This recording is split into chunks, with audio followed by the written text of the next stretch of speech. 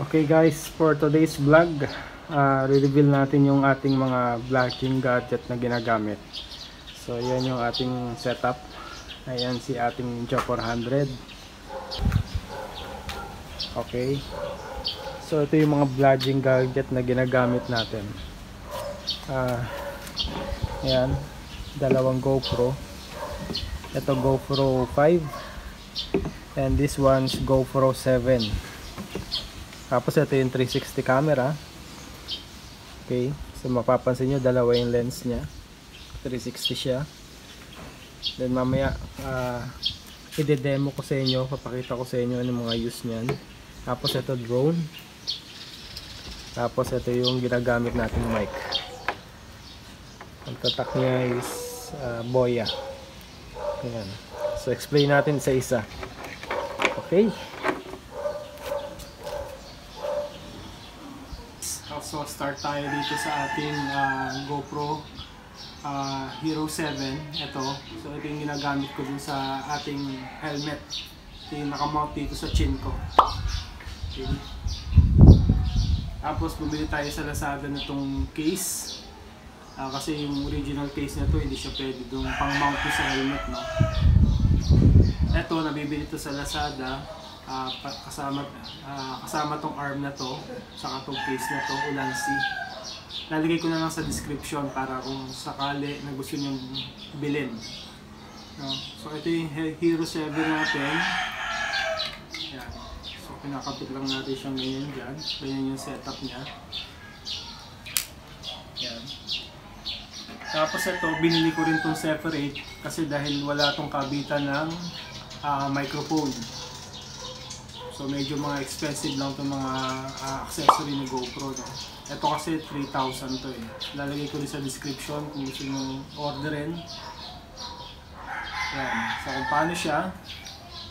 So kaya ito yung case na binili natin para malagay ito. So yan lang siya. Yan. Tapos pa-plug nyo siya dito. Ang problem lang nito pagka ganito yung setup nyo, hindi siya waterproof, no? Kasi ang GoPro, di ba, water resistant siya, waterproof din siya at the same time. Pero pagka ganito yung setup nyo kasi, tinanggal natin yung cover, ipapansin nyo. So na-reveal yung pinaka main socket niya. So pag umulan, yun lang yung problem pagka ganito yung setup. Wala tayong magagawa, so ganito yung setup talaga. So ipa-plug natin siya dito. Ayan. Tapos ito yung microphone na binili natin. So Lazada rin to kasi mahirap bumili pa sa mga store, no? At least sa online kasi di-deliver mismo sa bahay niyo. Ang tatak niya is Boya. Boya. Lalagay ko na lang din sa description yan, case na gusto nyo bilhin. So,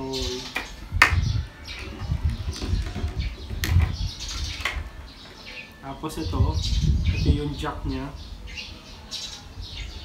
Lalagay niyo siya dito.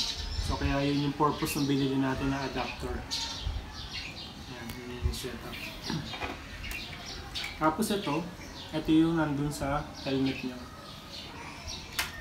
Yan, pakita natin.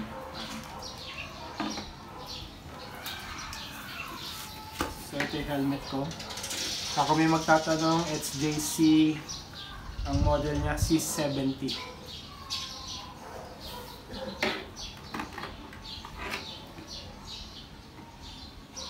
Ayan, ganyan yung setup niya. Ito, nabili rin natin. So tingnan nyo na lang din sa description.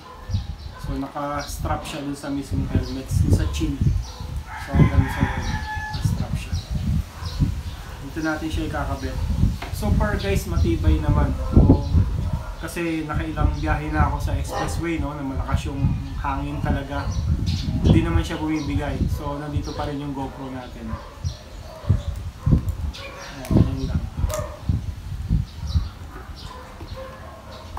Ayan yung setup. Tapos medyo venue lang siyang ganyan. Ayan. Yan na yung pagka nagbablog kayo, kita yung daan. So ito yung setup natin. Tapos yung mic niya, ilalagay natin dito. Papatok natin sa loob.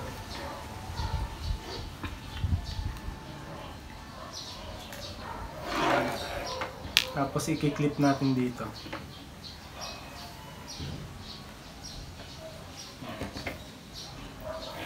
Para pag nagtotalk kayo, so yan, kuha ng mic. Tapos ito guys, meron tong mic na to, meron tong foam. Ang purpose ng foam na to is para pag malakas yung hangin, hindi siya maingay, hindi nakukuha yung wind noise. Yun. So malinis pa rin siya, voice nyo lang talaga yung makukuha niya. Kaya meron yung foam. Yan. Yun yung setup niya.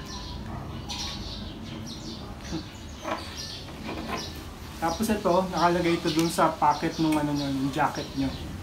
So kung nandito yung jacket nyo, nandyan. Okay guys.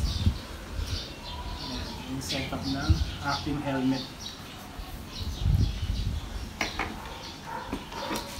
Tapos ito guys, close up mo lang.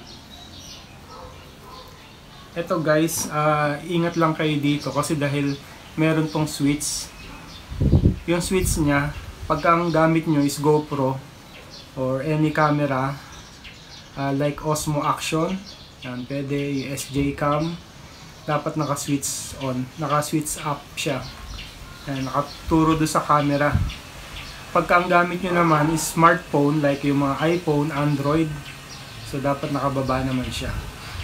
Huwag kayong mamamali dito kasi dahil pag namali kayo, posible na salita kayo ng salita, hindi nakaka-capture yung voice nyo. Kasi minsan na nangyari sa akin yun. Sayang talaga yung vlog pagka ganon. Tapos meron din tong battery sa loob. Possible din na mawala yung voice nyo kung empty yung battery.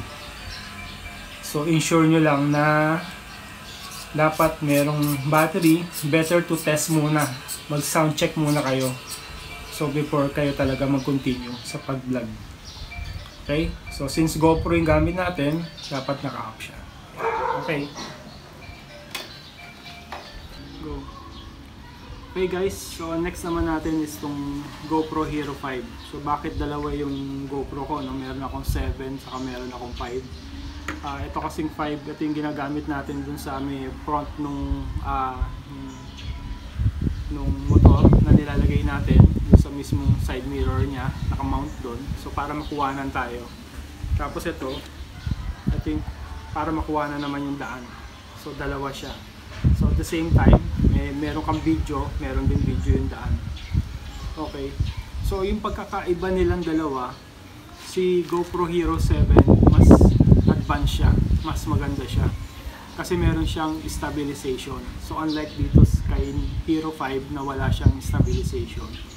So explain ko lang yung stabilization na sinasabi ko, kasi yung stabilization, ito yung pag nag-video ka, so even maalog, lalo na kung dumaan ka sa rough road, maalog, malakas yung hangin, so stable pa rin yung video nyo. So parang even nanginginig siyang ganyan, so hindi nyo makikita yun sa video, hindi nyo makikita talaga kasi meron siyang hyper smooth na stabilization. Etong si Hero 5, yun siya yung wala siya. So pagka malikot, so yung video nyo shaky rin, no?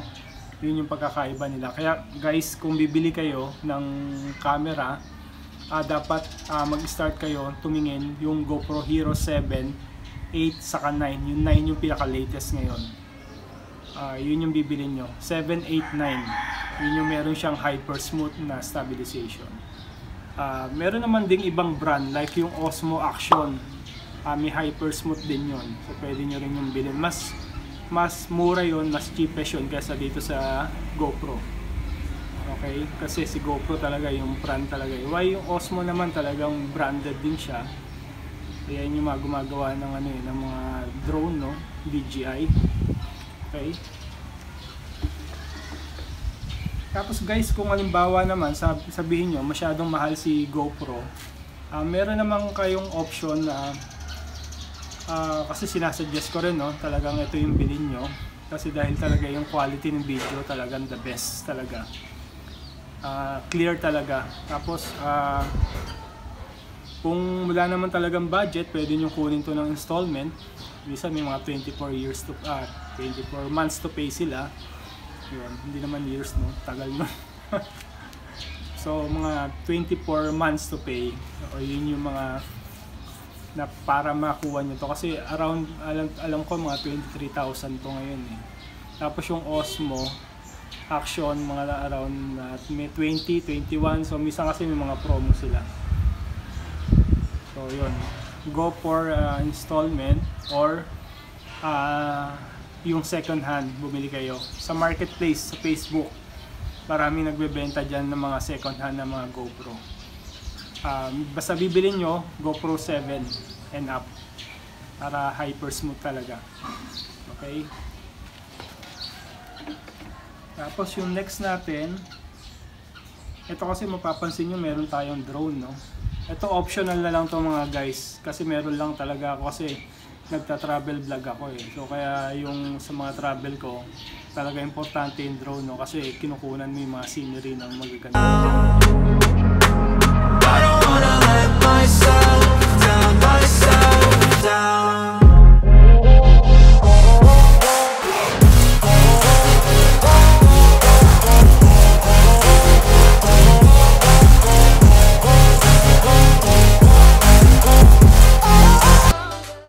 Pero sa motovlogging, not necessary siya, pero maganda rin.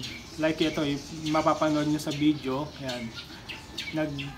Nag-video ako, nag-vlog ako na mayroong kasamang drone. So, di ba mas maganda, mas magandang panoorin. So, yun lang naman, optional lang naman kasi medyo may kamahalan tong drone. Kung bibili kayo ng drone, yung merong mga DJI Mavic Mini 2, yun yung maganda. Ito kasi wala na kayong mabibili nito. Ito yung DJI Spark. Wala na to ngayon sa market, no? Kung meron man, pero bihira na. Kasi ni-replace na nila with a DJI Mavic Mini. Ito naman guys, yung pinaka high-tech sa atin lahat, sa lahat ng ating camera, no? Ito kasi 360 camera. Ngayon, ang brand nito is Rilo 360. Okay, makikita nyo dalawa yung lens niya, kabilaan. So kaya kuha lahat 360. Sa taas, sa baba, both side, left and right, saka yung back, kuwang-kuha niya lahat yan. Ayan, yan yung nakikita nyo ngayon sa screen, na talagang 360 camera siya. Talagang umiikot, no, na pwede nyo paikutin.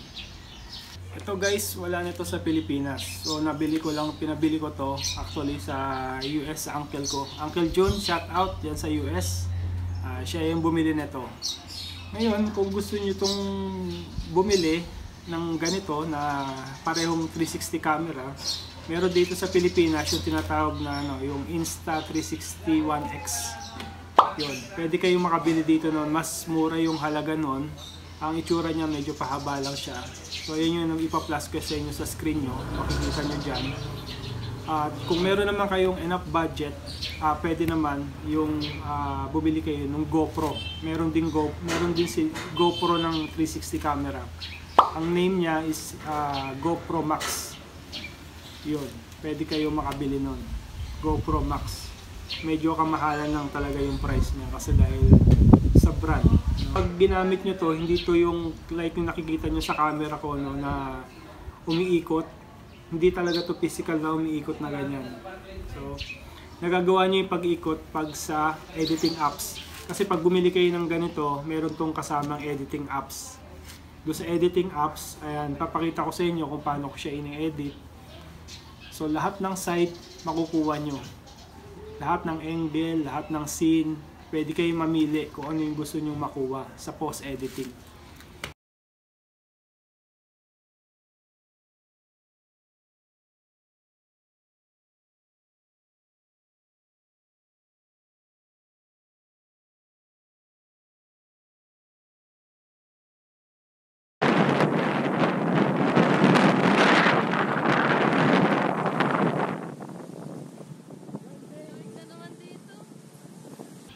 usually nilalagay ko dito sa front nung motor, doon sa mismong side mirror niya dito.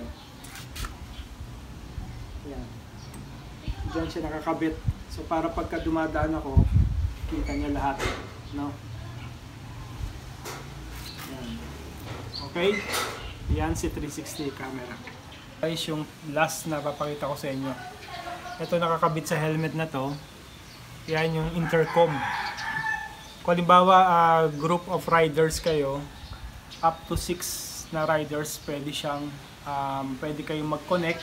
Kung meron kayo lahat ng ganito, pwede kayong mag-usap via Bluetooth. So ang range niya 1 kilometer distance. So clear yung voice niya, 1 kilometer distance. Meron siya ditong mic sa ilalim. Ayan siya. Tapos nakalagay lang siya dito sa likod. Medyo natanggal. Yan. Tapos ito kasi kaya gumagamit ako nito dahil pag mayroong tumatawag sa akin, for example nasa long ride ka, no? So imagine niyo nasa long ride kayo, tapos mayroong tumawag sa inyo sa phone, hindi nyo masasagot yun kasi syempre both hands nandun sa manubela, no? So ito kukonect nyo to dun sa phone nyo via Bluetooth. Pag nag-ring yung phone nyo, automatic magre-ring dito. Meron tong speaker sa loob ng helmet, nakadikit sa loob. Tapos pwede nyo masagot yung kakausapin nyo by pressing this button. Yan. Pag pindot nyo yan, so automatic masasagot nyo siya. Pag tapos na yung call, pindot kayo ulit, isa, okay na. So ganun lang siya nag-work mga guys.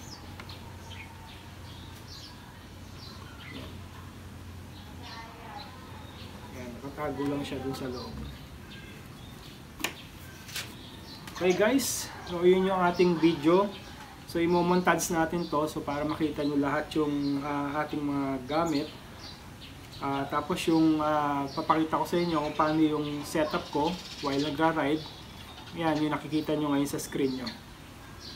Okay, so kung may mga katanungan kayo, just comment lang sa ating comment section, and then tatry natin lahat sagutin yung mga tanong nyo, kung ano yung mga katanungan nyo about sa camera at yung mga settings, yung mga ganyan. Okay, thank you ulit sa pag-watch ng ating video. Salamat, till our next vlog. Thank you, bye bye.